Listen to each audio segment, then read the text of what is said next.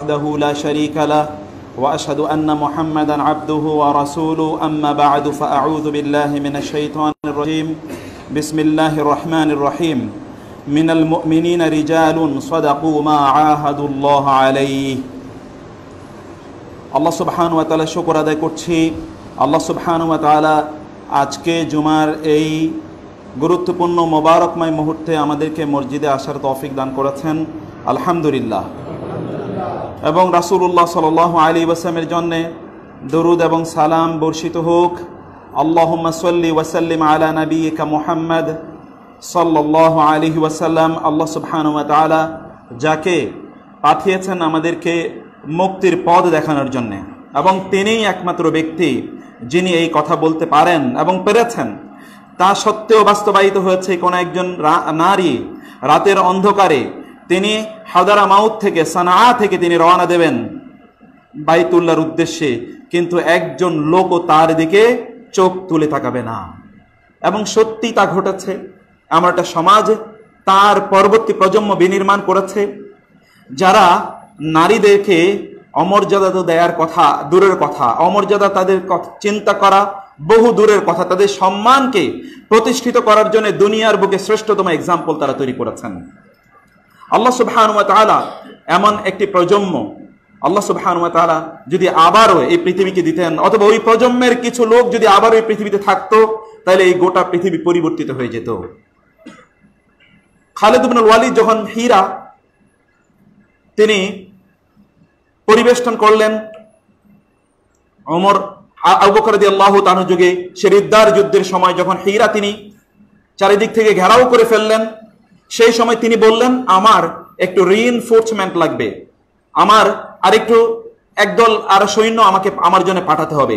তিনি বললেন, আচ্ছা ঠিক আছে পাঠালাম। একজনকে তিনি পাঠালেন, তার নাম ছিল কাকা রাদিয়াল্লাহু তাআলা আনহুকে তিনি পাঠালেন, এবং কাকাকে তিনি পাঠিয়ে বললেন যে আমি কাকাকে পাঠালাম, এবং কাকা হচ্ছে এমন একজন ব্যক্তি, লাসাউতুল কাকা ফিল জাইশি খায়রুম মিন আলফি মুকাতিল। আমি কাকাকে পাঠালাম, কাকার একার যুদ্ধের ধ্বনি 1000 যুদ্ধের চেয়ে অনেক অনেক বেশি ভয়ঙ্কর। এক কাকা যুদ্ধের ময়দান ধসিয়ে দিতে পারে। আমর ইবনে আস রাদিয়াল্লাহু তাআলা যখন মিশর বিজয় করেন, সেই সময় ওমর ইবনে খাত্তাব রাদিয়াল্লাহু তাআলা আমিরুল মুমিনিন, তার কাছে তিনি বললেন, আমার কিছু সৈন্য লাগবে, এক্সট্রা সৈন্য লাগবে। ওমর রাদিয়াল্লাহু তাআলা বললেন, ফা ইন্নী আমদাদতুকা বিআরবাআতি আলাফিন, I am assisting you with 4000 soldiers. আমি তোমাকে 4000 সৈন্য দিয়ে আমি সহযোগিতা করছি। আমর ইবনে আস, আমি তোমাকে 4000 সৈন্য দিয়ে সহযোগিতা করছি। আলা কুল্লি আলফিন রাজুলুম মিনহুম মাকামুল আলফ। প্রত্যেক 1000-এর জন্য আমি একজনকে পাঠাচ্ছি। 4000 পাঠাচ্ছি মানে 4 জন পাঠাচ্ছি। এই 4000 জনের সমান কাজ করবে যুদ্ধের ময়দানে। এবং সেই 4 জন কারা? সেই 4 জন হচ্ছে আল জুবাইর ইবনুল আওয়াম, আল মিকদাদ বিন আমর, এবং উবাদা ইবনে সামিত, মুসাইলামা আল মুখাল্লাদ রাদিয়াল্লাহু তাআলা আনহুম আজমাইন। 4 জন পাঠালাম। These 4 people, they will be fighting like 4000 men in the battlefield. যুদ্ধের ময়দানে 4000-এর মতো কাজ করবে তারা। আর আমি তো দেখি এখন 4000 আমার সামনে বসে আছে, এর 4000-এর মধ্যে 4 জনও ভেড়ার মতো তারা আচরণ করে না, ওই সিংহের মতো আচরণ করবে তো অনেক পরের কথা। এই হচ্ছে মুসলিমদের বর্তমান অবস্থা। এই মুসলিমদেরকে দিয়ে আপনি কি করবেন? কোথায় যেতে চান আপনি তাদেরকে দিয়ে? হয় আর কোথাও যাওয়া যাবে না যদি আপনি সেরকম ব্যক্তি না তৈরি করতে পারেন। আল্লাহ সুবহানাহু ওয়া তাআলা মুসা আলাইহিস সালাতু ওয়াস সালামের ব্যাপারে বলেছেন, কোরআনের দিকে যদি আপনি তাকান, কোরআন আল্লাহ সুবহানাহু ওয়া তাআলা মুসা আলাইহিস সালাতু ওয়াস সালামের ব্যাপারে অনেকবার তিনি বললেন, ওয়াসতানাতুকা লিনাফসি, আমি তোমাকে আমার নিজের জন্য তৈরি করলাম মুসা।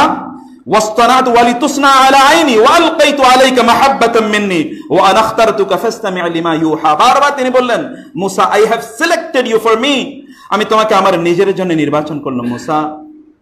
I have made you for me, আমি তোমাকে আমার নিজের জন্য তৈরি করলাম। ওয়ালিতুসনা আলা আইনি, so that you are made up and brought up in front of my eyes, যেন তুমি আমার চোখের সামনে বড় হয়ে উঠতে পারো মুসা। ও আলকাইতু আলাইকা মাহাব্বাতাম মিন্নি, কারণ আমি তোমাকে একটা স্পেশাল মিশন প্রদান করব, এই মিশনের জন্য আমি তোমাকে প্রস্তুত করতে চাই, অতএব তোমাকে ভিন্নভাবে আমি গঠন করব মুসা। ও আলকাইতু আলাইকা মাহাব্বাতাম মিন্নি, I have given you some special privileges, আমি তোমাকে এমন কিছু প্রিভিলেজ তোমাকে আমি প্রদান করছি যেই প্রিভিলেজ এগুলো রেয়ার, এক্সট্রিমলি রেয়ার। তোর মধ্যে এমন একটা হলো, যেই লোক তোমার দিকে তাকাবে সে তোমাকে ভালোবাসতে বাধ্য হবে মুসা, যে তোমার দিকে একবার তাকাবে সে তোমাকে ভালোবাসতে বাধ্য হবে। আমি তোমাকে এমন একজন ব্যক্তি তৈরি করতে চাই। প্রিয় ভাইয়েরা বোনেরা, আপনাদের সন্তানদেরকে আপনারা কেমন তৈরি করছেন, কিভাবে বানাচ্ছেন? আপনাদের সন্তানদের বয়স যখন 20 এবং 22, তখন তারা কি করে আসলে? তারা কোথায় যায়? তাদের আড্ডা কোথায়? কোথায় তাদের চলাফেরা? কি নিয়ে আপনি বুস্ট করছেন? আপনি তাকে ম্যান বানাতে চান, ম্যানহুড, ম্যানহুড, পৌরুষত্ব। পৌরুষত্ব শারীরিক কোন ইস্যুর নাম নয়, এটা একটা ব্যক্তিত্বের নাম। ব্যক্তিত্বওয়ালা মানুষকে আপনি তৈরি করতে পেরেছেন? ওমর রাদিয়াল্লাহু তাআলা আনহু এরকম বিশাল বড় জালসায়, ওমর রাদিয়াল্লাহু তাআলা আনহু যখন তিনি আমিরুল মুমিনিন, তিনি বললেন, তামান্নাও ও মাই কম্পেনিয়নস, তোমরা তোমাদের এক্সপ্রেসিভ ডিজায়ার বলো তো, তোমরা কি চাও? তোমরা কি চাও? তখন বললেন, লাউ আন্না হাযিহি দার মামলুআতান যাহরান লাআনফাকতু ফি সাবিলিল্লাহ, আমি চাই ইয়া আমিরুল মুমিনিন, এই ঘরটি যদি সোনা দানায় পূর্ণ হয়ে যেত, আমি সবগুলো টাকা পয়সা আল্লাহর রাস্তায় দান করতাম। ইউ বিকাম ইমোশনাল, আপনার মনে হচ্ছে ওয়াও কি চমৎকার কথা। ওমর বললেন, ঠিক আছে। আর কেউ? অন্যজন দাঁড়িয়ে বললেন, ঠিক আছে, এর চেয়ে বেশি বাড়িয়ে না বললে কি হয়? এই গোটা ঘর যদি মণিমুক্তায় পূর্ণ হয়ে যেত, আমি গুনে গুনে প্রত্যেকটা আল্লাহর রাস্তায় দান করতাম, একটাও আমার নিজের জন্য রাখতাম না। ওমর রাদিয়াল্লাহু তাআলা বলেন, আর কার কি কথা আছে? লোকেরা বুঝলেন ওমর তো এটা জানতে চায় না, ওমর একটা ভিন্ন কথা আমাদেরকে বলতে চায়, কিছু একটা ভিন্ন যেন শুনতে চায়।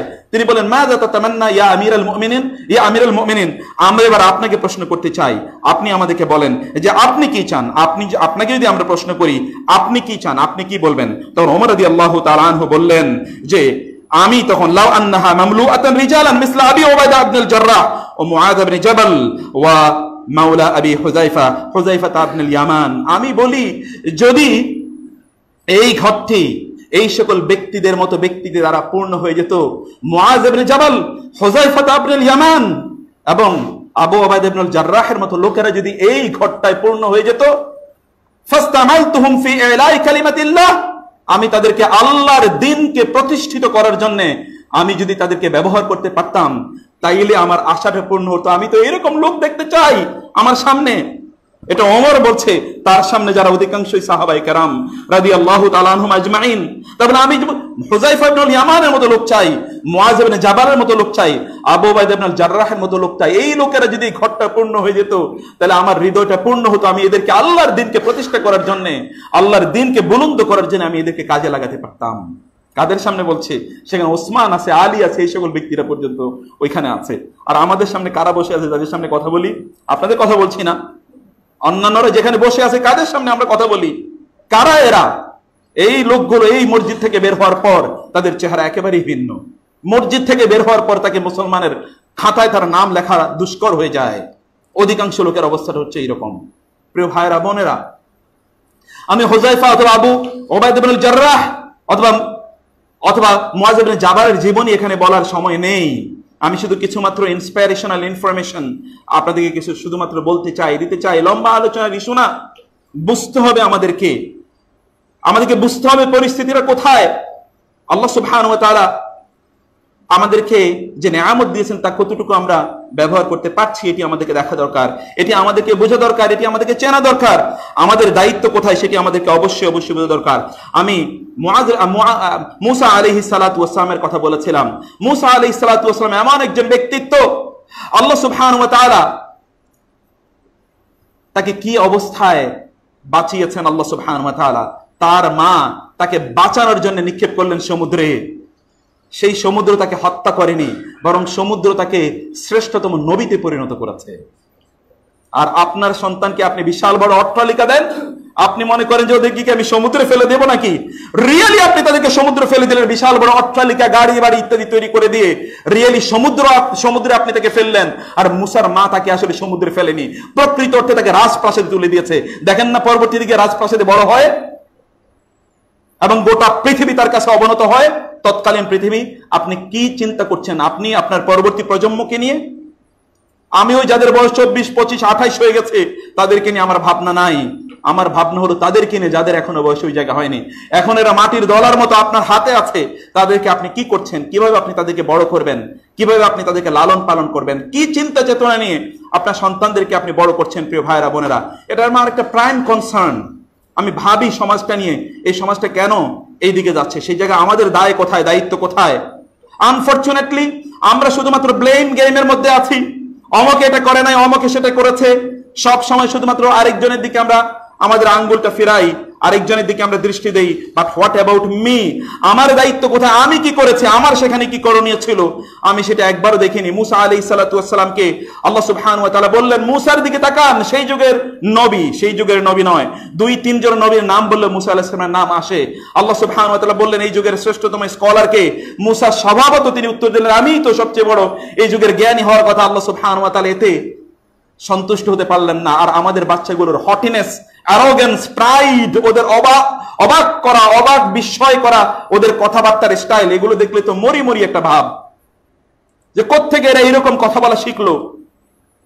মুসা আলাইহিস সালাতু ওয়াস সালামকে আল্লাহ বললেন, না, নট ইউ, ঠিক আছে, তোমাকে আমি নির্দেশ প্রদান করলাম, ওই জায়গায় যাও। মুসা আলাইহিস সালাতু ওয়াস সালাম সে জায়গায় চলে গেলেন। মুসা আলাইহিস সালাম অন্য কথা বলতে পারতেন, আমি নবী, তাহলে আমি আবার কার কাছে শিখতে যাব? মুসা আলাইহিস সালাম অন্য জায়গায় যান। জ্ঞানের জন্য সফর করা, এটা ওলামায়ে কেরাম যুগ যুগ ধরে করেছেন। আপনি এবং আমি শুধুমাত্র সফর করি কিসের জন্য? ব্যবসা করার জন্য, বাণিজ্য। শুধুমাত্র তাকে দেখলে হাসি, যার সাথে একটু লেনদেনের ব্যাপার আছে। যার সাথে লেনদেনের ব্যাপার নাই, ওর সাথে হাসিও আমাদের শেষ। শুধু তাকে দেখলে একটু ভালো সম্পর্ক রাখি, তার জন্য একটু কিছু করার জন্য এগিয়ে যাই। যার কাছ থেকে কিছু পাওয়ার একটা সম্ভাবনা আছে, যার কাছে পাওয়ার সম্ভাবনা নাই, তাকে দেখে কয়বার হাসেন? প্রকৃত মানুষ সত্য, প্রকৃত ব্যক্তিত্ব মূলত ওই জায়গায় নিহিত রয়েছে। এই ব্যক্তিত্বর মাপকাঠি আমাদেরকে বোঝা দরকার। মুসা আলাইহিস সালাতু ওয়াস সালাম ইউশা বিন নুনকে নিয়ে গেলেন, পথিমধ্যে বহু বহু ঘটনা আপনারা জানেন। মুসা আলাইহিস সালাতু ওয়াস সালাম বললেন, হাল আত্তাবিউকা আলা আন তুআল্লিমানি মিম্মা উল্লিমতা রুশদা, I want to follow you, would you please permit? আমি আপনাকে অনুসরণ করতে চাই, আপনি কি আমাকে একটু অনুমতি দেবেন? অ্যারোগেন্স, হটিনেস যদি করতে হতো, তাহলে মুসার চেয়ে ওই যুগে কে আছে যে এতটা অহংকার দেখাতে পারে? মুসার চেয়ে অহংকার দেখার মতো কেউ নাই, কারণ তিনি তো নবী। তিনি তাকে বলতে পারতেন, আমি আপনার কাছে কিছু শিখতে এসেছি, আমাকে শেখান। নির্দেশ, would you please permit me, allow me to become your companion, some conditions, এতগুলো শর্ত আছে, শর্তগুলো তোমাকে পূর্ণ করতে হবে। শর্তগুলো তিনি দিয়ে দিলেন। মুসা আলাইহিস সালাতু ওয়াস সালাম তিনি অবলীলায় সবগুলোকে তিনি মেনে নিন এবং তার সাথে তিনি যান। কিন্তু মুসা আলাইহিস সালাতু ওয়াস সালাম অন্যায় দেখলে তো তিনি সেটা সহ্য করতে পারেন না। অন্যায়ের বিরুদ্ধে প্রতিবাদ শুরু হয়েছিল মুসা আলাইহিস সালাতু ওয়াস সালাম জীবনে, তার জীবনই শুরু হয়েছে অন্যায়ের বিরুদ্ধে প্রতিবাদ দিয়ে। মুসা আলাইহিস সালাম সহ্য করতে পারেন না একটা ছেলেকে কেন হত্যা করা হলো। মুসা আলাইহিস সালাতু ওয়াস সালাম প্রতিবাদ করে উঠলেন, কেন? হাল কাতালতা নাফসান যাকিয়াতান বিগাইরি নাফসিন, আপনি একটা শিশুকে হত্যা করলেন, একটা পবিত্র শিশুকে, আপনি তো একটা ভালো কাজ করেননি। তার আগে মুসা আলাইহিস সালাতু ওয়াস সালাম দেখলেন যে একটি নৌকা, যে নৌকাটি তাদেরকে পার করে দিল, ওই নৌকাটি তিনি ফাখারাক্তাহা আখারাক্তাহা লিতুগরিকা আহলাহা লাকাদ জিইতা শাইআন ইমরা, আপনি তো খারাপ কাজ করেছেন। লাকাদ জিইতা শাইআন নুকরা, বারবার তিনি বিভিন্ন শব্দ উচ্চারণ করেছেন মুসা আলাইহিস সালাম, এটা তো কাজটা তো ঠিক হয়নি।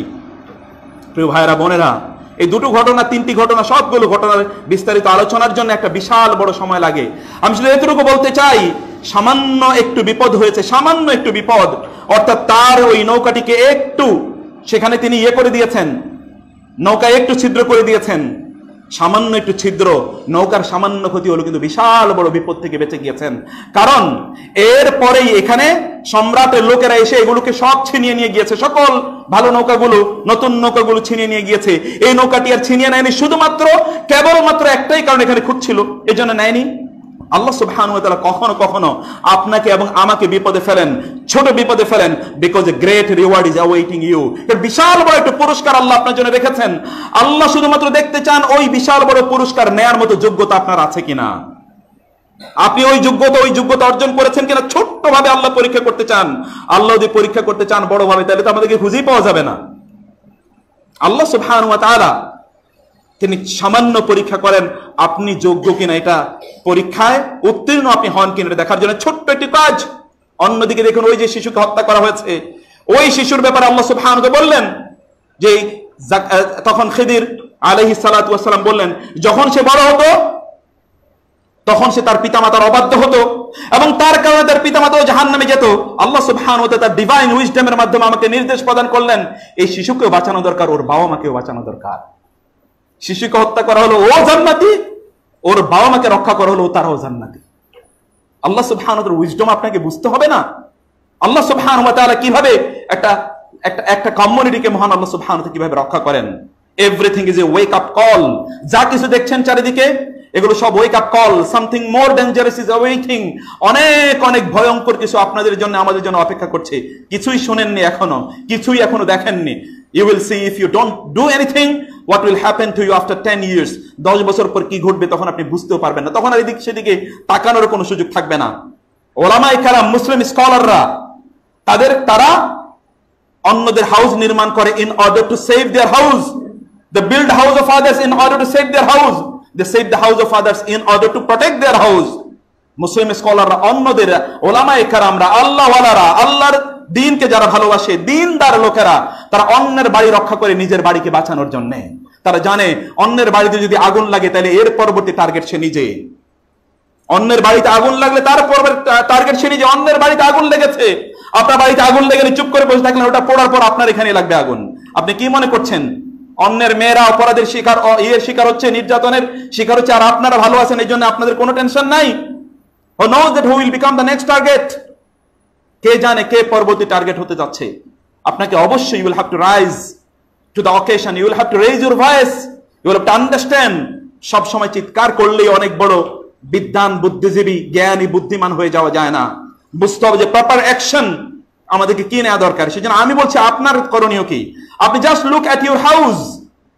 আপনি আপনার নিজের বাড়ির দিকে তাকান। Most of the people they are concern with the construction of their houses, burning their homes. অধিকাংশ লোক বাড়ি নির্মাণে ব্যস্ত, কিন্তু তার ঘর সে কি করে দেয়? জ্বালিয়ে পুড়িয়ে দেয়। বাড়ি নির্মাণ মানে কি বুঝেন?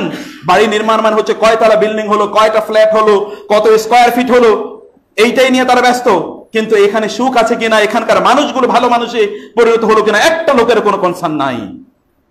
You are building your house, burning your homes. আল্লাহ সুবহানাহু ওয়া তাআলা আপনাকে কোনোদিন আপনার বাড়ি নির্মাণের জন্য নির্দেশ প্রদান করেন, আপনার হোম নির্মাণের জন্য আল্লাহ সুবহানাহু ওয়া তাআলা নির্দেশ প্রদান করেছেন, এবং তার জন্য আপনাকে জবাবদিহি করতে হবে।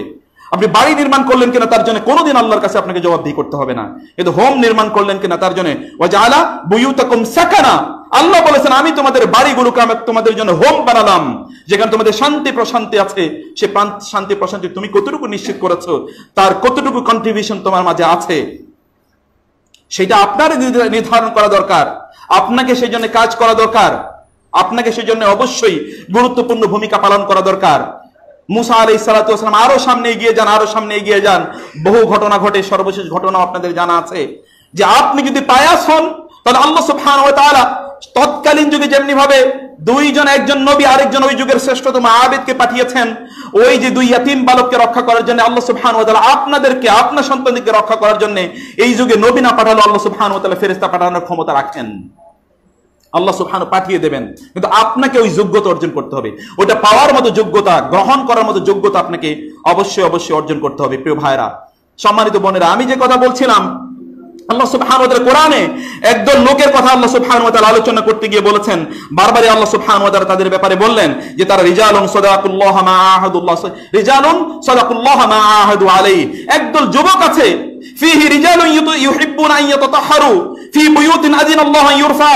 আল্লাহ সুবহানাহু বারবার একদল যুবকের কথা বললেন, একদল লোকের কথা বললেন। ম্যান, আমি আবারো বলছি ম্যানহুড, এটা it does not belong in your biological capacity. আপনি শারীরিকভাবে কতটা সক্ষম অক্ষম এর উপর আপনার ম্যানহুড, আপনার পৌরুষত্ব নির্ভর করে না।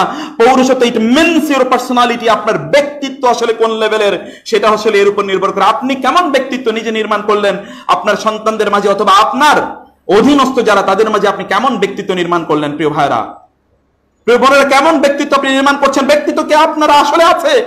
আমি এবং আপনি কি ব্যক্তিত্ব বলতে আসলে কিছু বুঝি? পার্সোনালিটি বলতে কোনো কিছু বুঝি?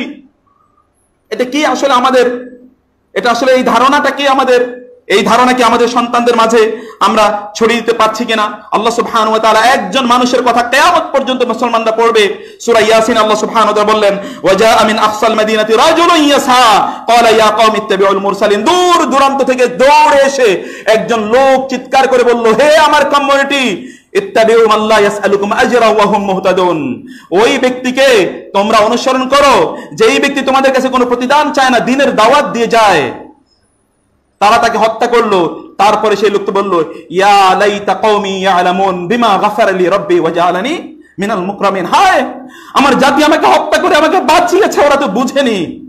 ওরা যদি জানতো বিমা আকরামানি রাব্বি ওয়া জাআলানি মিনাল মুরসালিন ওয়া জাআলানি মিনাল মুকরামিন, যে আল্লাহ সুবহানাহু ওয়া তাআলা বিমা গাফারা লি রাব্বি, কি কারণে আল্লাহ আমাকে ক্ষমা করে দিয়েছেন এবং আমাকে সম্মানিত জায়গা আল্লাহ সুবহানাহু ওয়া তাআলা প্রদান করেছেন। ওরা যদি জানতো, ওরা যদি হায় আমার রাস্তা যদি ওরা অনুসরণ করতো, ওরা যদি নবী রাসূলরা যে পথ এবং পদ্ধতির কথা বলেছে সেটা যদি তারা বুঝতো, সেই পথে যদি তারা চলতো, তাহলে কত না কল্যাণ তারা অর্জন করতো। এইরকম একজন ব্যক্তিকে আপনাদের এবং আমাদের মাঝে হতে পারে না? মিন আকসাল মাদিনাতি রাজুলুন ইয়াসা, who will be running from the frontier of the town, from the outskirt of the town, and will say, লোকেরা enough is enough, যথেষ্ট হয়েছে, আর কিছু করার নেই, তোমাদেরকে এখানে অবশ্যই স্টপ করতেই হবে, তোমাকে এখানে থামতে হবে। এরকম একটা লোক নেই, একটা ব্যক্তিত্বওয়ালা লোক নাই এই সমাজে। এটা কেমন কথা হলো? সেই ব্যক্তিত্বওয়ালা লোক কবে তৈরি হবে? সেই ব্যক্তিত্বওয়ালা লোক কবে তৈরি হবে? ওমর রাদিয়াল্লাহু তাআলা তিনি যাচ্ছিলেন, একদল শিশু সেখানে খেলা করছেন, সবাই ওমরকে দেখে দৌড়িয়ে যায়। ওমরকে দেখলে শয়তানও দৌড়ায়, বাচ্চারা তো দৌড়িয়ে যাবে, অন্যান্য মানুষরা অন্যদিকে তাকায়, নিচের দিকে তাকিয়ে দেখে বাচ্চারা সবাই দৌড়িয়ে পালালো, একটা বাচ্চা দৌড়ায় না। ওমর তাকে ডেকে বললেন, বাবা তুমি গেলে না কেন? বলে, কেন যাবো? আমি কি কোনো অপরাধ করছি যে আমি যাবো? আমি কোনো অপরাধ করেছি কিনা যাবো? ওমর থমকে দাঁড়িয়ে গেলেন। তিনি বললেন, এইরকম শিশু আমার গোটা মুসলিম উম্মাহ জুড়ে ভর্তি হয়ে যাক, যারা ওমরকে পর্যন্ত শোক শাসিয়ে বলতে পারে যে ওমর আমি কি অপরাধ করেছি, আমি এখান থেকে পালাবো? কেন আমি পালাবো? আবু হানিফা রাহিমাহুল্লাহ তিনি যাচ্ছিলেন একটা রাস্তা দিয়ে, একটা বাচ্চা শিশু খেলা করছিল বালির মধ্যে। আবু হানিফা বললেন যে তুমি সাবধান থেকে, তুমি যদি পড়ে যাও না যাও, সাবধান থাকবে যেন পড়ে না যাও, পিছলে যেন পড়ে না যাও। তিনি ওই বাচ্চাটি বার তাকিয়ে বললেন, হ্যাঁ ম্যান, আপনাকে বলছি আপনি বরং সাবধান থাকবেন, আপনি যেন পিছলে না যান, কারণ আপনাকে মনে রাখতে হবে ফা ইন্না জিল্লাতাল আলিম জিল্লাতাল আলাম, কারণ একজন জ্ঞানী ব্যক্তি, একজন আলেমের পদস্খলন মানে হচ্ছে গোটা জাতির পদস্খলন। আপনাকে বরং আরো বেশি সাবধান থাকা দরকার। আবু হানিফা বলেন, আমি এক সপ্তাহ ঘুমাতে পারিনি, আমি এক সপ্তাহ তটস্থ ছিলাম যে কি বললো এই বাচ্চা আমাকে, আমার গোটা জীবনের সবচেয়ে বড় শিক্ষা এই বাচ্চা আমাকে দিয়ে দিল। আমি বুঝতে পারলাম সত্যিকার অর্থে আমার কত সাবধান হয়ে চলা দরকার, আমার কিভাবে চলা দরকার। আপনি এবং আমি তো সমাজে ট্রেন তৈরি করছি, যারা ট্রেন তৈরি করছে তারা কি বুঝবে না? তারা কি সাবধান হবে না? আল্লাহ সুবহানাহু ওয়া তাআলা তার গুণবাচক নাম হলো সব্বার, সবুর। আল্লাহ সুবহানাহু ওয়া তাআলা ভয়ঙ্কর ভাবে এক্সট্রিমলি পেশেন্ট, আল্লাহ সুবহানাহু ওয়া তাআলা এন্ডিউরিং, তিনি ব্যাপকভাবে তিনি ধৈর্য ধারণ করেন। এই ধৈর্য ধারণ করার কারণে আল্লাহ সুবহানাহু ওয়া তাআলা মানুষকে তার অপরাধের শাস্তি প্রদান করেন। ওয়া কানাল ইনসানু কাফুরা, most of the time the people were very much disbelieving against Allah. অধিকাংশ লোকই are committing crimes against Allah, আল্লাহ সুবহানাহু ওয়া তাআলার বিরুদ্ধে তারা অধিকাংশ সময় রেবেলিয়াস ছিল, কিন্তু আল্লাহ সুবহানাহু ওয়া তাআলা তাদেরকে ক্ষমা করে দিয়েছেন, বারবারই আল্লাহ সুবহানাহু ওয়া তাআলা ক্ষমা করে দিয়েছেন। একটাই মাত্র কারণ, আল্লাহ সুবহানাহু চান যে তোমরা আমার কাছে ফিরে আসো, কারণ আমি তোমাদেরকে অতি আদর করে ভালোবেসে আমি তোমাদেরকে তৈরি করেছি, আমি তোমাদেরকে ধ্বংস করে দিতে চাইনি। আল্লাহ সুবহানাহু ওয়া তাআলা এই কম্প্যাশনকে, আল্লাহ সুবহানাহু মার্সিকে, আল্লাহর এই পেশেন্সকে আমরা যেন আমাদের খারাপ কাজের অনুমোদন হিসেবে গ্রহণ না করি। The confirmation of our bad deeds, যে আমাদের খারাপ কাজগুলো আল্লাহ অনুমোদন দিয়ে দিয়েছেন, সেজন্য আমরা এগুলো করে যাচ্ছি, এটা যেন কোনো অবস্থায় না হয়। প্রিয় ভাইরা, আমি বলছি সোল সার্চিং, নিজের দিকে তাকান, ব্লেম গেম, এটা কোনো অবস্থায় কাম্য নয়। মুসলিমরা তাদের অবস্থাটা হচ্ছে কখনো কোনো বিপদ হলে তারা তাদের নিজেদের দিকে ফিরে আসে। আল্লাহ সুবহানাহু সূরাতুন নামলে সুলাইমান আলাইহিস সালাতু ওয়াস সালামের কথা আলোচনা করতে গিয়ে বললেন, ফাতাফাক্কাদা তায়রা ফাকালা মা রিয়া লা আরাল হুদহুদ আম কানা মিনাল গায়িবিন। হোয়াট হ্যাপেন্ড টু মি, আমার কি হলো? আমি কেন হুদহুদকে দেখি না? হুদহুদ কি হলো? হুদহুদের কি হলো তা না, আমার কি হলো? আমি কেন হুদহুদকে দেখি না? হুদহুদের অনুপস্থিতি এখানে কেন? আম কানা মিনাল গায়িবিন, না মনে হয় অনুপস্থিত অন্য কোনো কারণে। আমার কোনো সমস্যা, আমি কি ওর সাথে মিসবিহেভ করেছি? আমি কি ওর প্রতি জাস্টিস করতে পারিনি? আমি কি ওর কথা, ওর যে তদারকি যা করার কথা ছিল তাকে আমি করতে পারিনি? হি কেম ব্যাক টু হিমসেলফ, তার নিজের কাছে তিনি ফিরে আসেন। তার নিজকে তিনি প্রশ্ন করলেন। আপনি এবং আমি বলতাম ওরে ধর, ওরে মার, ও কেন নাই? সুলাইমান আলাইহিস সালাতু ওয়াস সালাম তার নিজের কাছে ফিরে আসলেন, তার নিজকে তিনি জিজ্ঞেস করলেন সমস্যাটা কি। এই জন্য ফুদাইল বিন আয়াজ রাদিয়াল্লাহু তাআলা রাহমাহুল্লাহ, বিখ্যাত তাবিঈ, তিনি এই আয়াতের ব্যাখ্যা করতে গিয়ে তিনি বললেন যে আমি অনেক সময় ওয়া ইন্নী লা উসিল্লাহ, আমি কখনো কখনো কোন একটা ভুল করে ফেলি, কখনো কখনো একটা ত্রুটি করে ফেলি, কখনো কখনো একটা গুনার কাজ করে ফেলি। তারপরে আমি এটা দেখতে পাই, এটার আসর আমার কনভেয়েন্স অর্থাৎ আমার যে ঘোড়া এবং আমার স্ত্রী এর মাঝে আমি দেখতে পাই।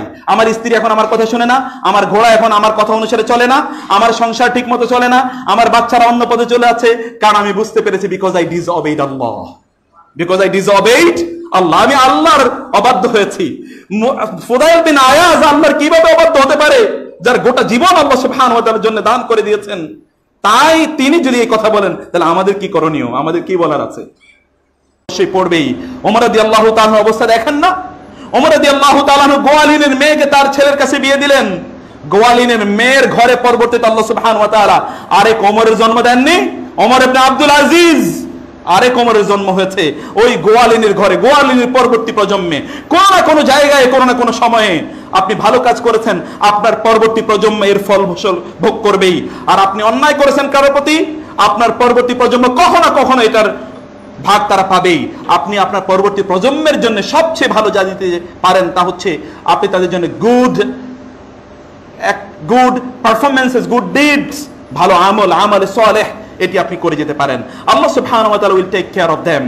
প্রিয় ভাইরা, সম্মানিত বোনেরা, আমাদের সন্তানদের ব্যাপারে তাদের মধ্যে আমাদের জেন্ডার কনসিয়াসনেস তাদের মধ্যে আমাদের তৈরি করা দরকার। আমাদের সন্তানরা নারীদেরকে দেখলে আসলে কি মনে করে? আল্লাহ রাসূল সাল্লাল্লাহু আলাইহি ওয়াসাল্লামের কাছ থেকে আপনাদেরকে পলিসি নিতে হবে, বুঝতে হবে দিনটা কি। আল্লাহ রাসূল, ইমাম শাফি রাহমাতুল্লাহ এই জন্য বলেছেন যে অধিকাংশ লোক তারা কেউ যদি ফিজিক্যালি মারা যায়, শারীরিকভাবে মারা যায়, তাহলে তাদের জন্য কান্না করে, কিন্তু যারা স্পিরিচুয়ালি মারা যায় কেউ তাদের জন্য কান্না করে না। অথচ যে স্পিরিচুয়ালি মারা যায় ওর জন্য বেশি কান্না করা দরকার।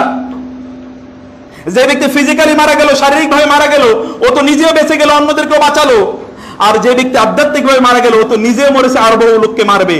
অধিকাংশ লোক সমাজে আধ্যাত্মিকভাবে মৃত। উই শুড লিমেন্ট মোর আপন দেম। আমরা এদের জন্য আরো বেশি কান্না আমাদের করা দরকার। আপনি আপনার আত্মাটাকে একবার জিজ্ঞেস করে একবার চেক করে দেখুন, এখানে আসলে হার্টবিট আপনি তো বুঝতে পারছেন এই হার্টবিট না, সত্যিকার হার্টবিট করছে কিনা একটু দেখুন। এটা আপনি খুঁজে দেখবেন যে এটা খুঁজেই পাওয়া যায় না। হার্টবিটের অবস্থা আমাদের এত লোয়ে চলে গেছে, আমাদের ঈমানের অবস্থা এত নিচে চলে গিয়েছে। প্রিয় ভাইরা বোনেরা, রাসূলুল্লাহ সাল্লাল্লাহু আলাইহি ওয়াসাল্লামের কাছে আমাদের আসা দরকার, তার কাছ থেকে দ্বীনটা আমাদের বোঝা দরকার, চেনা দরকার। আল্লাহ রাসূল সাল্লাল্লাহু আলাইহি ওয়াসাল্লাম বলেছেন যে তোমাদের মুরু আওলাদাকুম বিসসালাতি ওয়া হুম আবনাউ সাবঈন ওয়াদরিবুহুম আলাইহা ওয়া হুম আবনাউ আশরিন ওয়া ফাররিকু বাইনাহুম ফিল মাদাজি'। পৃথিবীর শ্রেষ্ঠতম স্কলার, শ্রেষ্ঠতম দার্শনিক, শ্রেষ্ঠতম বুদ্ধিজীবী, শ্রেষ্ঠতম সফল মানুষ, শ্রেষ্ঠতম পিতা, শ্রেষ্ঠতম অভিভাবক, শ্রেষ্ঠতম রাজনীতিবিদ, শ্রেষ্ঠতম সমাজবিদ, শ্রেষ্ঠতম অর্থনীতিবিদ, তার কাছে একবার জিজ্ঞেস করে দেখুন তিনি কি বলেছে। বলেছে তোমার সন্তানের মাঝে তুমি যদি জেন্ডার কনসিয়াসনেস তৈরি করতে চাও, তাহলে 10 বছর বয়সে তাদের ভাই বোনদের মাঝে বিছানাগুলো আলাদা করে দাও। এই কথা শুধুমাত্র তিনিই বলতে পারেন, আর কারো পক্ষে এই কথা বলা সম্ভব নয়। কারণ ওয়াহাব বিন মুনাব্বিহ রাদিয়াল্লাহু তাআলা তিনি বলেছেন আল্লাহ সুবহানাহু ওয়া তাআলা জ্ঞানকে 100 ভাগ করে 99 ভাগ তার নিজের কাছে রেখে দিয়েছেন, আর এক ভাগকে তিনি 100 ভাগ করে 99 ভাগ দিয়েছেন মুহাম্মদকে সাল্লাল্লাহু আলাইহি ওয়াসাল্লাম, আর বাকি এক ভাগ গোটা মানুষকে আল্লাহ সুবহানাহু ওয়া তাআলা প্রদান করেছেন। এই মুহাম্মদের পক্ষে শুধুমাত্র এই কথা বলা সম্ভব। বিছানাগুলো আলাদা করে দাও, যেন আল্লাহ সুবহানাহু ওয়া তাআলা কোরআনে কি কথা বলেননি? এমনকি তোমরা তোমাদের পিতামাতাদের কাছে যাওয়ার আগেও 3 বার যাওয়ার আগে তাদের কাছ থেকে পারমিশন নিয়ে যাবে। এমনিতেই তাদের কাছে তোমরা ঢুকতে পারবে না যতক্ষণ না তারা তোমাদেরকে অনুমতি দেয়। একটা হচ্ছে মিন ক্বাবলি সালাতিল ফজর, ফজরের পূর্বে, ওয়া হিনা তাদউনা সিয়াবাকুম, জোহরের সময় যখন তোমরা একটু সামান্য তোমরা ঘুমাতে যাও, ওয়া মিন বাদি সালাতিল ইশা, এবং ইশার সালাতের পর। এই 3 সময় তোমাদের সন্তানরা পর্যন্ত তোমাদের কাছে আসার আগে অনুমতি নিয়ে আসবে। কে এই কথা বলতে পারে? মুহাম্মদুর রাসূলুল্লাহ সাল্লাল্লাহু আলাইহি ওয়াসাল্লাম ছাড়া কেউ এই কথা বলতে পারে না। তার কাছে শিখুন, এটিকেট শিখান। আপনার সন্তানরা, ওর বয়স এখন 10, 7-8 আপনাকে যাওয়ার আগে নক করে যায়, ওই সন্তান আবার অন্যের মেয়ের দিকে তাকায় কিভাবে? ও তো তাকানোর ওই অনুপ্রেরণাই পায় না, ও তো বুঝেই না তাকাতে হয়। আর আপনি উলঙ্গ সিনেমা দেখবেন, নাটক দেখবেন, তথাকথিত সাংস্কৃতিক অনুষ্ঠান দেখবেন আপনার সন্তানদেরকে নিয়ে, পরবর্তীতে এরা অন্য নারীদের উপর জুলুম অত্যাচার করবে। যে শব্দ আমরা মুসলমানরা মুখে আনতে পারি না, আমাদের ঘৃণার শব্দ এগুলো মুখে আনতে আমরা আমাদের আত্মসম্মান বোধ করি, অথচ এগুলো কারা করে যায়? কোন মা বাবার ঘরে এরা জন্ম নিয়েছে? ওই মা বাবাকে ধিক্কার জানাই, ওই সংস্কৃতিকে ধিক্কার জানাই যে সংস্কৃতি এগুলোকে লালন করে। তথাকথিত প্রেম, তথাকথিত ভালোবাসা, এগুলো এই দুর্নীতি, এই চারিত্রিক দুর্নীতিপূর্ণ সমাজ তৈরি করেছে। সেই জন্য আপনাদেরকে এই ব্যাপারে বিপ্লব তৈরি করতে হবে, বুঝতে হবে, বয়কট করতে হবে এগুলোকে। এই জাতীয় প্রোগ্রাম আপনারা দেখবেন না, এগুলোকে আপনারা ছিন্ন বিচ্ছিন্ন করে দিন, এগুলো থেকে ডিসঅ্যাসোসিয়েট করুন নিজেদেরকে, এবং আপনাদের সন্তানদেরকে বুঝান, দিন প্রথম থেকে শেখান। রাসূলুল্লাহ সাল্লাল্লাহু আলাইহি ওয়াসাল্লাম বিদায় হয়ে গেলেন ফদল বিন আব্বাস রাদিয়াল্লাহু আনহু রাসূলের পিছনে। তিনি এমন একজন ব্যক্তি, কারণ তিনি জানেন পরবর্তী প্রজন্ম আমাকে বানাতে হবে, এমন একজন ব্যক্তি সব সময় শিশুদেরকে নিয়ে থাকতেন। কোথাও গিয়েছেন এক্সকারশনে, ট্যুরে গিয়েছেন, তার সাথে যারা আছে তারা হচ্ছে কারা? তারা হচ্ছে শিশুরা। রাসূল সাল্লাল্লাহু আলাইহি ওয়াসাল্লাম অধিকাংশ সময় দেখবেন আব্দুল্লাহ ইবনে আব্বাস বলছে, আব্দুল্লাহ ইবনে ওমর বলছে, অথবা ফদল ইবনে আব্বাস বলছে, বা উমামা আল বাহিলি বলছে, এরা বলছে কুন্না রাদিফা রাসূলুল্লাহ সাল্লাল্লাহু আলাইহি ওয়াসাল্লাম, আমরা রাসূল সাল্লাল্লাহু আলাইহি ওয়াসাল্লামের পিছনে বসা ছিলাম, একই উটে, তিনি সামনে আমি পিছনে বসা। উসামা বিন যায়েদ আরেকজন শিশু, এই শিশুরা রাসূল সাল্লাল্লাহু আলাইহি ওয়াসাল্লামের চারপাশে থাকতো। রাসূল সাল্লাল্লাহু আলাইহি ওয়াসাল্লাম তাকে নিয়ে গেলেন বিদায় হজের প্রান্তরে, মিনার প্রান্তরে অনেকে আসেন রাসূল সাল্লাল্লাহু আলাইহি ওয়াসাল্লামকে বিভিন্ন প্রশ্ন করার জন্য। আরাফার ময়দানে অনেকেই আসেন রাসূলকে বিভিন্ন প্রশ্ন করার জন্য। মিনার প্রান্তরে আসেন, এর মধ্যে রাসূলুল্লাহ সাল্লাল্লাহু আলাইহি ওয়াসাল্লামের কাছে ফুদাইল ইবনে আয়াজ হলো আরাফার ময়দানে। আরাফা থেকে যখন মুজদালিফার দিকে আসবে, ফুদাইল ইবনে আয়াজ মুজদালিফা থেকে যখন মিনা আসবে, তখন উসামা তার পিছনে বসা, সব শিশুরা।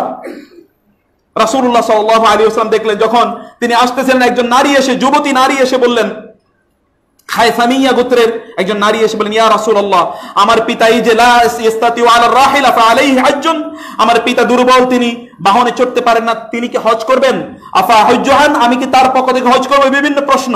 যুবতী নারী ফদল ইবনে আয়াজ, তিনি হচ্ছেন কি ফদল ইবনে আব্বাস রাদিয়াল্লাহু আনহু, রাসূলের চাচা আব্বাসের ছেলে, ওই যুগের প্রিন্স, দেখতেই অসাধারণ ছেলে, এমনি কুরাইশ বংশ, তারপরে কি আব্দুল মুত্তালিব এবং আব্বাসের ছেলে, আমরা দেখতেই তো অন্যরকম। এই ছেলে দেখতে অন্যরকম, ওইটা একটা যুবতী নারী, ওই মেয়ের দিকে তিনি বারবার একবার তাকান, মেয়েটা তার দিকে তাকায়। রাসূল সাল্লাল্লাহু আলাইহি ওয়াসাল্লাম এইভাবে তার সামনে হাত দিয়ে বললেন, হে আমার ভাতিজা, হে আমার ভাতিজা, এটা আরব করে আদর করে বলে, হে আমার ভাতিজা, হে আমার চাচার ছেলে, এগুলো আদর করে বলে। যখন একজন ছেলে এই বয়সে পৌঁছে, তখন তার এইরকম নারীদের দিকে তাকাতে হয় না। এই ফদল বিন আব্বাস তার মৃত্যু পর্যন্ত কোন নারীর দিকে আর চোখ তুলে তাকান নাই। শিক্ষা কিভাবে দিতে হয় দেখেন না, জানেন না? বুঝতে হবে আপনাকে। আপনি তথাকথিত উলঙ্গ বিভিন্ন জিনিস দেখবেন, ছেলে মেয়েদেরকে একাকার করে, শুধুমাত্র ইসলামিক অনুষ্ঠানে আপনারা দেখতে পারবেন না। এরপরে এখান থেকে এঞ্জেল তৈরি হবে নাকি ফেরেশতা তৈরি হবে? আপনি কি ফেরেশতা চান? এইরকম এনভায়রনমেন্টে ওরা তৈরি হবে না তো কি তৈরি হবে? আপনি যদি ফেরেশতা তৈরি করতে চান, তাহলে রাসূলের পলিসির দিকে আসেন, এসুন। দেখুন রাসূলুল্লাহ সাল্লাল্লাহু আলাইহি ওয়াসাল্লাম কিভাবে সন্তানদেরকে তৈরি করেছেন, সন্তানদেরকে কিভাবে রাসূল সাল্লাল্লাহু আলাইহি ওয়াসাল্লাম তৈরি করেছেন। প্রিয় ভাইরা, আল্লাহ রাসূল সাল্লাল্লাহু আলাইহি ওয়াসাল্লাম একমাত্র ব্যক্তি যিনি বলেছেন যে জান্নাত মায়েদের পায়ের নিচে। কিন্তু কোন মায়ের পায়ের নিচে? যে মায়ের পা পুরোটাই কাদা ভর্তি, ময়লা আবর্জনা পূর্ণ, দূষিত জিনিস দিয়ে ভর্তি, ওই মায়ের পায়ের নিচে নাকি জান্নাত? সেই মায়ের পায়ের নিচে যে মা নিজেও জান্নাতি। তার মানে আমি বলিনি এই কথা যে না, মারা তারা যদি ঠিকমতো দিন পালন না করে তাইলে তাদের আনুগত্য করা যাবে না। হ্যাঁ, তাদের আনুগত্য করা যাবে।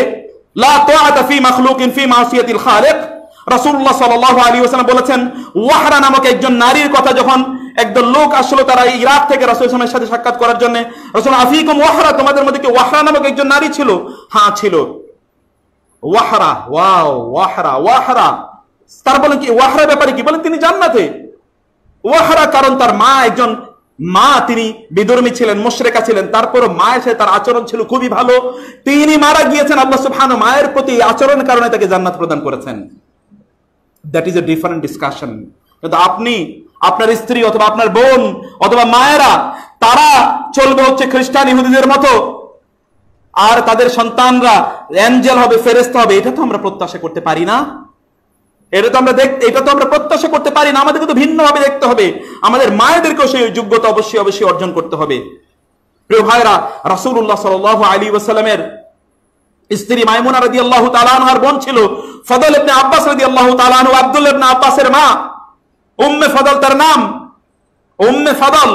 তিনি বললেন আব্দুল্লাহ ইবনে আব্বাসকে লক্ষ্য করে যে, আব্দুল্লাহ, তুমি একটু রাসূলের কাছে যাও, রাসূলের সাথে একটা রাত কাটাও এবং দেখো রাসূলুল্লাহ সাল্লাল্লাহু আলাইহি ওয়াসাল্লাম তার রাতটা কিভাবে কাটান। একবার ওই রাতে তার সাথে থাকো, একটু দেখো রাতটা কিভাবে তিনি কাটান। রাসূলুল্লাহ সাল্লাল্লাহু আলাইহি ওয়াসাল্লামের কাছে এই পিচ্ছি আব্দুল্লাহ গেলেন, তার বয়স 11, 12 বা 13। তিনি গেলেন, রাসূলের সাথে রাতটা কাটালেন এবং দেখলেন যে রাসূল সাল্লাল্লাহু আলাইহি ওয়াসাল্লাম তার রাতটা কিভাবে কাটান। রাসূলুল্লাহ সাল্লাল্লাহু আলাইহি ওয়াসাল্লাম গভীর রাতে ঘুম থেকে জেগে উঠলেন এবং এখানে মশকে পানি ছিল, সেই পানিটা তিনি নিয়ে ওযু করে তারপরে তিনি সালাতে দাঁড়িয়ে গেলেন। আব্দুল্লাহ তো রাত উদযাপন করার জন্য গিয়েছেন, রাতটা কিভাবে তিনি কাটান তা জানার জন্য গিয়েছেন। আব্দুল্লাহ রাদিয়াল্লাহু তাআলা আনহু, আব্দুল্লাহ ইবনে আব্বাস রাদিয়াল্লাহু তাআলা আনহুম, আব্দুল্লাহ তিনিও ঘুম থেকে উঠলেন, রাসূলের মতো করে তিনি ওযু করলেন, রাসূলের বাম পাশে এসে তিনি নামাজে দাঁড়িয়ে গেলেন। এমনি কি এই প্রজন্ম তৈরি হয়? আমি মায়েদের গল্প বলছি। মায়েরা আপনাদের সন্তানদেরকে আপনারা কিভাবে তৈরি করছেন, কিভাবে বিনির্মাণ করছেন, আপনি কিভাবে তাকে দেখতে চান প্রিয় ভাইরা। সেজন্য আমাদের যেটা কাজ, তাহলে আমাদের সন্তানদেরকে এটা বুঝানো, এই দায়িত্ব তাদেরকে দেয়া, এই অনুভূতি তাদেরকে দেয়া। শিক্ষা প্রতিষ্ঠানগুলোতে কি করা হয় আমরা জানি। ইউনিভার্সিটি শিক্ষকতা করি 22 বছর, আলহামদুলিল্লাহ। দেখেছি সেখানে শিক্ষকদের আচরণ কি, তারা কি বলে, তারা বলে আরো গায়ের সাথে ঘেঁষে বসো। এদেরকে আপনি কিভাবে মূল্যায়ন করবেন? আর এই জাতিকে আপনি কিভাবে উদ্ধার করবেন? এই জাতিকে আপনি কিভাবে উদ্ধার করবেন? শিক্ষা প্রতিষ্ঠানগুলো তার জেন্ডার সেগ্রিগেশনকে তারা অনুমোদন করে না, বরং জেন্ডার অ্যাসিমিলেশনকে তারা অনুমোদন করে, এনকারেজ করে। কারণ ওইখানে ছেলে মেয়ে একসাথে পড়লে তাদের ছাত্রছাত্রী, তাদের কি স্টুডেন্ট সংখ্যাটা বাড়ে, এই জন্য তারা সেটা করে থাকে। আল্লাহ সুবহানাহু ওয়া তাআলা কারো সামনেই নাই, সবার সামনে হচ্ছে দুনিয়া। আল্লাহ সুবহানাহু ওয়া তাআলা কারো সামনে নেই। আপনি এক্সাম্পল সেট করুন, আপনি এক্সাম্পল সেট করুন। আপনার সন্তানদেরকে এমন শিক্ষা প্রতিষ্ঠানে পাঠান যেখানে নারী এবং পুরুষের আলাদা ব্যবস্থাপনা আছে, এবং আপনি সেখানে দেখুন আপনার সন্তান কিভাবে তৈরি হচ্ছে। প্রত্যেকটা মুহূর্তে আপনি আপনার সন্তানের প্রত্যেকটা গতিবিধি লক্ষ্য করুন। আপনার সন্তানকে আপনি গ্যাজেট দিচ্ছেন, তথাকথিত স্মার্টফোন অথবা ট্যাবলেট, অথবা আপনি তাকে দিচ্ছেন আইপ্যাড অথবা বিভিন্ন ডিভাইস দিচ্ছেন, গ্যাজেট দিচ্ছেন, আপনি তাকে কম্পিউটার দিচ্ছেন, রাত ভোর পড়াশোনা করে এরপরে 6 মাস, 1 বছর, 2 বছর, 5 বছর পরে দেখা যায় এডিকশন। কিসের অ্যাডিকশন? অ্যাডিকশন শুধুমাত্র সাবস্টেন্সে নাকি? শুধুমাত্র মদ গাঁজা খাইলে অ্যাডিকশন হয়? আরো বহু ধরনের অ্যাডিকশন আছে। ওই অ্যাডিকশন এসে শেষ হয়ে গিয়েছে এর মধ্যে। আপনি তো মনে করছেন বহু পড়াশোনা করে অনেক বড় স্কলার হয়ে যাচ্ছে, আল্লামা হয়ে যাচ্ছে, এই হচ্ছে সেই হচ্ছে। নো, কোনো কিছুই হচ্ছে না। প্রিয় ভাইরা, সমাজ যদি কলুষিত হয় তাইলে ওইখানে কাউকে আপনি রক্ষা করতে পারেন না। সেখানে কি আলেম আর কি জালেম, কি আলেম আর কি জাহেল, কি আলেম অথবা কি সাধারণ শিক্ষিত, প্রত্যেকের অবস্থায় তখন একরকম হয়ে যায়। সমাজ যদি ওই রকম হয়, সমাজকে রক্ষা করা দরকার। এই জন্য ইসলাম সমাজ রক্ষার প্রতি এতটা গুরুত্ব দিয়েছে, সমাজকে বিনির্মাণের প্রতি এতটা গুরুত্ব দিয়েছে ইসলাম। ইসলাম বলেছে বিয়ে যদি হয় তাহলে তোমরা আলিরু বিন নিকাহ, তোমরা বিয়ের কথা সবাইকে জানিয়ে দাও। কারণ একজন নারী এবং পুরুষ যখন ওরা একজন হাত ধরে যাবে, তখন অন্যরা তাদেরকে নিয়ে চিন্তা করবে এটা কিভাবে হলো, অর্থাৎ সমাজটা কলুষিত হবে, অন্যরাও তারা ইন্সপায়ার্ড হবে, আমরাও তো আরেকটা মেয়ের হাত ধরে যেতে পারি। তোমরা জানিয়ে দাও যে ওরা স্বামী স্ত্রী, যেন অন্যরা কেউ এটা দেখে ইন্সপায়ার না হয়, অপকর্মে খারাপ কাজে অ্যাসিমিলেশনের জন্য ইন্সপায়ার না হয়। এবং তোমরা বিয়েগুলোকে মসজিদে নিয়ে আসো যেন অন্যান্য লোকের একটা উইটনেস থাকে। এমনি কি ইসলামের প্রত্যেকটা ইনস্টিটিউশন একটা ফিলোসফি আছে, একটা দর্শন আছে। আর এখন আমাদের বিয়েগুলো হচ্ছে গোপনে, আর অন্যান্য সকল কাজ হচ্ছে প্রকাশ্যে। এটাই শুধুমাত্র গোপনে, আর অন্য সকল কাজ প্রকাশ্যে। কালচার তো আপনি তৈরি করছেন, আপনি নষ্ট করছেন। আপনাকে এই জন্য দায় দায়িত্ব নিতে হবে। এই জন্য ব্লেম, অন্যের ঘায়ে দোষ চাপানো এটা নয়। নিজের প্রতি ফিরে আসুন, নিজকে একবার চিন্তা করুন, একবার নিজকে নিয়ে ভাবুন যে আমার এখানে স্টেক কতটুকু, আমার দায়িত্ব কতটুকু, আমি কি করেছি এই সমাজকে বিনির্মাণ করার জন্য, এই সমাজকে পবিত্র করার জন্য আমি কতটুকু দায়িত্ব পালন করেছি। পার পাওয়ার কোনো উপায় নাই। আল্লাহ সুবহানাহু ওয়া তাআলা যদি ধরেন মান হুসিবা নুকতিশা, মান নুকিশা উযিবা, মান হুসিবা উযিবা, হাদিসে রাসূলুল্লাহ বলেছেন একবার যদি হিসাব নিকাশ শুরু হয়ে যায় তাহলে আর বাঁচার কোনো উপায় নাই। রাসূলুল্লাহ সাল্লাল্লাহু আলাইহি ওয়াসাল্লাম বলেছেন কোন একজন ব্যক্তি যদি কোনো খারাপ কাজ দেখে তাহলে তার হাত দ্বারা মুখ দ্বারা অথবা তার অন্তর দ্বারা বাধা প্রদান করবে। এখন তো অন্তরও আমাদের নাই, ওইটাও মারা গেছে, অন্তর নাই আমাদের। ঘৃণা প্রকাশের ভাষা কি শুধুমাত্র একটা ফেসবুকে স্ট্যাটাস দিয়ে দেয়া? আমি লজ্জা হয় যখন আমি বিভিন্ন জন দেখে আমাদেরকে রিকোয়েস্ট পাঠায় অথবা ফলো করে, বিভিন্ন জনের ওইখানে ফেসবুক প্রোফাইলে গিয়ে দেখি লেখা ইন এ রিলেশন, তখনই আমার মাথাটা নিচের দিকে নেমে যায়। হোয়াট এ কমিউনিটি, কেমন একটা জাতি প্রকাশ্যভাবে লেখে ইন এ রিলেশনশিপ। এই যুবকরা, এই যুবতীরা ইন এ রিলেশনশিপ, অমকের সাথে একটা সম্পর্কে জড়িয়ে পড়েছে। হায় হায়, এই জাতিকে বাঁচানোর উপায় খুঁজতে হবে আমাদেরকে। সামগ্রিকভাবে পচন ধরেছে, সামগ্রিকভাবে পচন ধরেছে ভাইরা। যখন দেখি কোন একজন ভাই তার স্ত্রীর ওই রকম মুখ খোলা অথবা ওই রকম ছবি সে ফেসবুকে দিয়ে স্ট্যাটাস যে আজকে অনেক মজা খেয়েছি, তখন আমার লজ্জা হয় এদেরকে মুসলমান হিসেবে চিন্তা করতে, আমার লজ্জা হয়। আমি তখন ভাবি এটা কেমন কমিউনিটি, এদের এতটুকু গায়েরা নাই, এতটুকু আত্মসম্মান নাই, এতটুকু আত্মবোধ নাই, এতটুকু আত্ম অহংকার নাই। রাসূলুল্লাহ সাল্লাল্লাহু আলাইহি ওয়াসাল্লাম জান্নাতের একটা প্রাসাদের দিকে তাকালেন, হঠাৎ করে তিনি সেখান থেকে চোখ ফিরিয়ে নিলেন। রাসূল বলেন আমি তাকালাম, হঠাৎ করে চোখ ফিরিয়ে নিলাম, আমি জিজ্ঞেস করলাম এই প্রাসাদটি কার? বলা হলো এই প্রাসাদটি হচ্ছে ওমরের। আমি চোখ ফিরিয়ে নিলাম, কারণ আমি জানি ওমরের গায়রাত, ওর ব্যক্তিত্ব, ওর আত্মসম্মান বোধ আমি জানি। ওই জন্য ওই দিকে আর দ্বিতীয়বার তাকাইনি, কারণ ওইখানে ওমরের জন্মের প্রাসাদ নির্মিত, নিশ্চয়ই ওমরের নারীরা ওইখানে কেউ আছে। ওমর বলেন ইয়া রাসূলুল্লাহ, আপনার আগিরু আলাইক, আপনার ব্যাপারে আমি এরকম করবো, ঈর্ষা করবো, আত্মসম্মান আপনি তাকাবেন, আমি অন্য কিছু মনে করবো, এটা কেমন কথা হলো? রাসূল বলেন ওমর টেনশন করো না, তোমার চেয়ে আমি অনেক বেশি আত্মসম্মান ধারণ করি, আর আমার চেয়ে অনেক বেশি আত্মসম্মান রাখে আল্লাহ। এই জন্য তিনি জেনা ব্যভিচারকে হারাম করেছেন, কারণ তার আত্মসম্মান লাগে, তার সৃষ্টি কিভাবে অপরাধে জড়িয়ে পড়ে, এই জন্য আল্লাহ এটাকে হারাম ঘোষণা করেছেন। ওমর, এটা নিয়ে তোমার খারাপ ভাবার কোনো কারণ নাই। আমি এই জন্য বলেছি, অন্য সময় বলেছি, সেই মুসলমানদেরকে দেখলে তাদের মুসলমানিত্ব নিয়ে আমার প্রশ্ন জাগে, যে তার স্ত্রীকে অন্যের সাথে পরিচয় করিয়ে দেয়, তার স্ত্রী অন্যের সাথে হেসে দুলে কথাবার্তা বলে, তার সাথে আবার চা খেতে যায়, আবার ট্যুরে যায়, বিভিন্ন জায়গায় যায়, ওইদের তাদের ইসলামিক আইডেন্টিটি নিয়ে আমার প্রশ্ন জাগে, যেটা কি ধরনের মুসলমান, যার ব্যক্তিত্ব নাই। এই জাতীয় মুসলমান দিয়ে আমাদের কোনো কাজ নাই, যেটা ওমর রাদিয়াল্লাহু তাআলা তার ভাষণে বলেছেন। প্রিয় ভাইরা, আল্লাহ সুবহানাহু ওয়া তাআলা আমাদেরকে এমন মানুষ তৈরি করেন যাদের গায়রা আছে, যাদের পার্সোনালিটি আছে, যাদের ব্যক্তিত্ব আছে, যাদের ইসলামিক আইডেন্টিটি আছে। ওমর রাদিয়াল্লাহু তাআলা আনহু যখন তিনি সিরিয়ায় যান, সিরিয়া যখন দখল হবে, ওই সময় সিরিয়া হলো, বিজয় হলো, লোকেরা ওমর রাদিয়াল্লাহু তাআলা আনহুকে দেখে বলেন আপনি বৃত্তের মতো করে উট টেনে নিয়ে আসছেন, আর আপনার বৃত্ত উটের উপরে, এটা কেমন কথা হলো? ওমর রাদিয়াল্লাহু তার বিখ্যাত সেই বক্তব্যটি দিলেন, নাহনু কওমুন আ'আজ্জানাল্লাহু বিল ইসলাম ফাইযা ইবতাগাইনাল ইজ্জাতা মিন গায়রিন আযাল্লানাল্লাহ, আমরা এমন একটা জাতি, আল্লাহ সুবহানাহু ওয়া তাআলা ইসলাম দিয়ে আমাদেরকে সম্মানিত করেছেন। আমরা যখন ইসলামের বাইরে অন্য কারো কাছ থেকে সম্মান চেয়েছি, তখনই আল্লাহ সুবহানাহু ওয়া তাআলা আমাদেরকে অপমানিত, লাঞ্ছিত, অধপতিত করেছেন।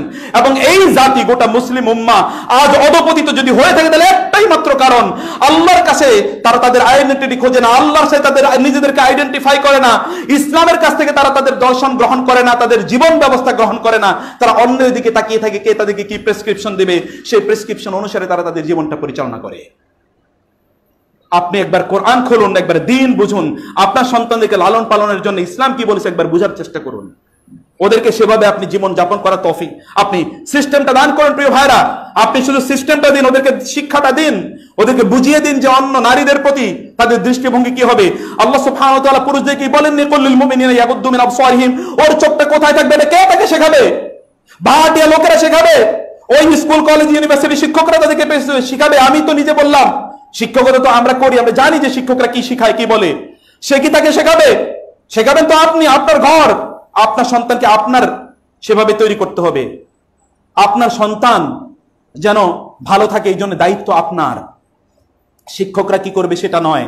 আপনি তার দুনিয়া নিয়ে যতটা পেরেশান, আপনি তার আখেরাত নিয়ে কতটা পেরেশান, এটাও আপনার দেখতে হবে। আপনি নিজে একবার আজকে বাসায় গিয়ে চিন্তা করুন, আপনার ছেলে, আপনার মেয়ের দুনিয়া নিয়ে আপনি যতটা চিন্তা করেছেন, আখেরাত নিয়ে কয়বার চিন্তা করেছেন? আল্লাহ সুবহানাহু ওয়া তাআলা যদি কারা আলাইসাল্লাহু বিকাফিন আবদা, আল্লাহ কি কথা বলেননি, বান্দার জন্য আমি কি যথেষ্ট নই? আমি কি ওর জন্য যথেষ্ট নই? ফাসায়াকফিকাহুমুল্লাহ, আপনার জন্য আল্লাহ ওদের বিরুদ্ধে যথেষ্ট হবে। গোটা কমিউনিটি আপনার বিরুদ্ধে চলে যাক, আল্লাহ যদি আপনার পক্ষে থেকে তাইলে যথেষ্ট। আপনি কবে আপনার সন্তানকে এই শিক্ষা দিলেন যে তুমি আল্লাহকে তোমার পাশে রাখো, আর সবকিছু তোমার বিপক্ষে চলে যাক, তাতে কিছুই যায় আসে না? আপনার সন্তান শুধুমাত্র সবাইকে বিপক্ষে রাখে, কিন্তু আল্লাহকে শুধুমাত্র সবাইকে পক্ষে রাখে, শুধু আল্লাহকে বিপক্ষে রাখে। এই জন্য বলেছি আল্লাহকে হার্টে, ক্রিয়েটরকে হার্টে রাখুন, ক্রিয়েশনকে হাতে রাখুন। হাতে হাতে যদি আপনার ক্রিয়েশনকে রাখেন, হার্টে যদি ক্রিয়েটরকে রাখেন, গোটা দুনিয়া আপনার কাছে আত্মসমর্পণ করতে, সাবমিট করতে বাধ্য হবেই। এবং এটাই হয়েছিল যুগ যুগ ধরে। ক্রিয়েটরকে, স্রষ্টাকে হার্টে রাখুন, ক্রিয়েশনকে, এইটাকে, এই দুনিয়াটাকে হাতে রাখুন, তাহলে দেখবেন যে দুনিয়া আপনার কাছে কিভাবে আত্মসমর্পণ করে। সন্তানদেরকে তাই শেখান, ওদেরকে জীবন দর্শনটা আপনি প্রদান করুন, অন্য কেউ প্রদান করবে না। আল্লাহ সুবহানাহু ওয়া তাআলা আমাদেরকে তৌফিক দান করুন। আল্লাহ সুবহানাহু ওয়া তাআলা আমাদেরকে জীবনটা বুঝার তৌফিক দান করুন, অন্যের প্রতি দায়িত্ব কি তা বুঝার তৌফিক দান করুন। আকুলু কাওলি হাযা ওয়া আস্তাগফিরুল্লাহ লি ওয়া লাকুম ওয়া লিসাইরিল মুসলিমিন ফাস্তাগফিরুহু ইন্নাহু হুয়াল গফুরুর রহিম।